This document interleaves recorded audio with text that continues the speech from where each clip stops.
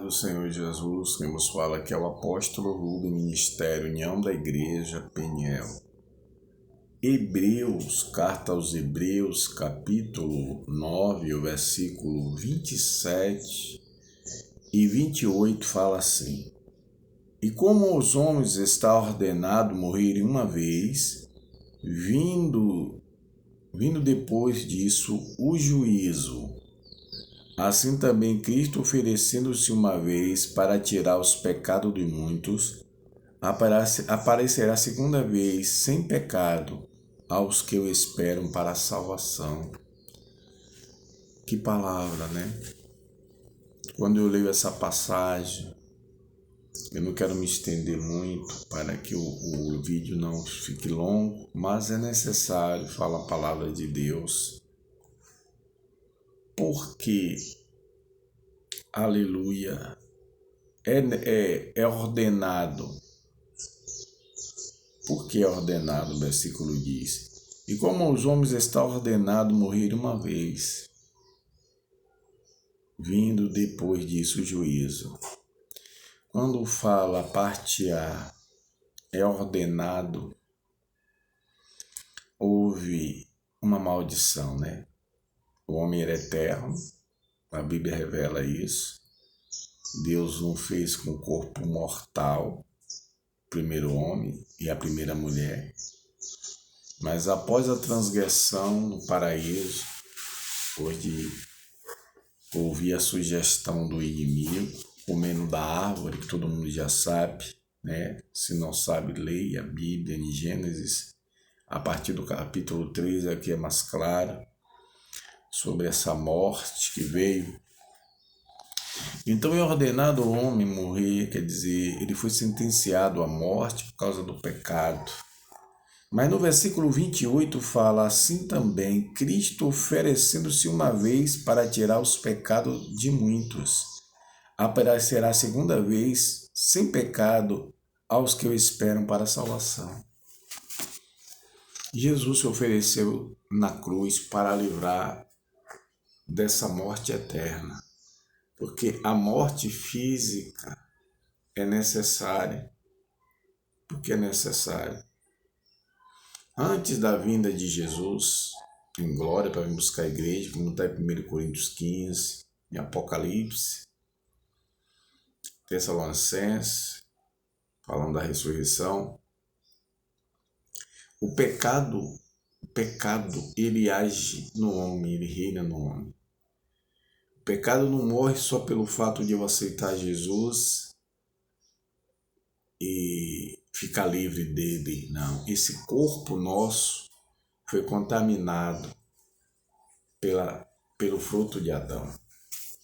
E por ele ter sido contaminado pelo fruto de Adão, o homem ficou sentenciado à morte. Mas Jesus se ofereceu em sacrifício para que, ao passar pelo juízo da morte, o homem não seja condenado ao dano da segunda morte. Porque aqui ele fala da morte física. E quando ele fala segue-se o juízo, fala da sentença sobre aquele que aceitou ou não. Se uma pessoa vive a vida como vive na terra, ou fazendo bem ou mal, ou plantando, colhendo bem ou mal, ou produzindo, prosperando ou não. Ele morrendo, todos os dois, que sejam rico ou pobre, vão ser sepultados, mas aí vai seguir um juízo. Que depois de tudo que você viveu e Deus deu a condição de você viver, tudo que você quis viver e pôde, se você morresse e tomar uma decisão em aceitar Jesus, vai para o lago de fogo, que é o dano da segunda morte. É o pago para aqueles que rejeitaram o plano, o propósito de Deus, a salvação da humanidade. Porque quando o Senhor ele cria o homem, dá o livre-arbítrio, o homem escolhe errado e peca e condena toda a humanidade à morte. Mas ele próprio se oferece em sacrifício para impedir que essa condenação leve o homem à eternidade na morte. Ou seja, todos nós haveremos de passar pelo dano da primeira morte.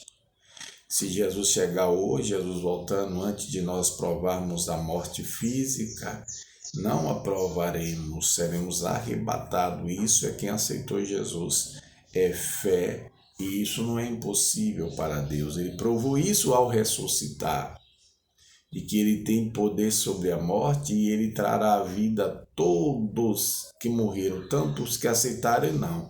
Só que a diferença é, aqueles que morreram em Cristo vão ressuscitar primeiro para os céus, e aqueles que morreram sem aceitar Jesus vão ressuscitar para a vergonha eterna, vão ser jogados no lago de fogo, junto com o inferno, com tudo que tiver no inferno, com o diabo e os anjos dele, tudo no lago de fogo.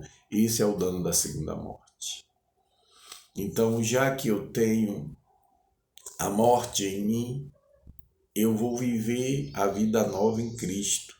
A novidade de vida está em você aceitar Jesus. A eternidade está em você aceitar Jesus. Isso não é conde carochinha, isso não é cafonice. Ninguém está preparado, como diz, eu tenho que estar preparado. Não é por preparação que você aceita Jesus, é por necessidade. Se eu e você não confessarmos Jesus como Salvador, achando que não tem preparação, que ainda vai se preparar, nunca vai estar.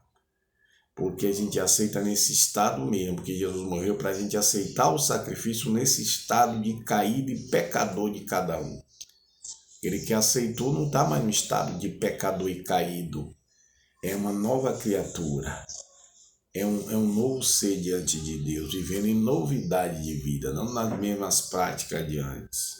Aceitou Jesus, o sangue de Jesus purifica o homem de todo o pecado, ninguém pode condenar, porque ele tem um advogado, e o advogado derramou a vida na cruz para o purificar. Então essa sentença de morte está sobre toda a humanidade, porém, ele decide o homem onde ele vai passar a eternidade, se no céu ou no inferno, a partir de aceitar Jesus ou não. Se ele aceitar, ele terá a eternidade nos céus. Se ele não aceitar, é lago de fogo. Por quê? Porque o homem, mesmo morrendo fisicamente, ele tem nele a eternidade, porque a alma é eterna, o espírito é eterno. E o fim tem que ser no céu ou no inferno, porque o homem é eterno. Deus fez ele para ser eterno. Então, mesmo matando a carne, o espírito dele vai estar vivo e a alma no céu ou no inferno, a partir da decisão dele. Que cada um venha despertar nesse dia. Saia da vaidade, valorize a sua salvação. Não coloque nada acima da sua salvação, porque você entrar, vou dar um exemplo rapidinho, entrar em um pesadelo.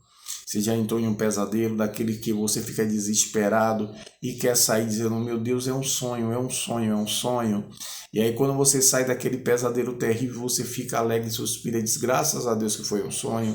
O inferno é isso aí, pior 7 vezes ainda. É um pesadelo que você nunca vai acordar. Ou seja, quando cai no inferno, a pessoa deseja que seja um sonho e não será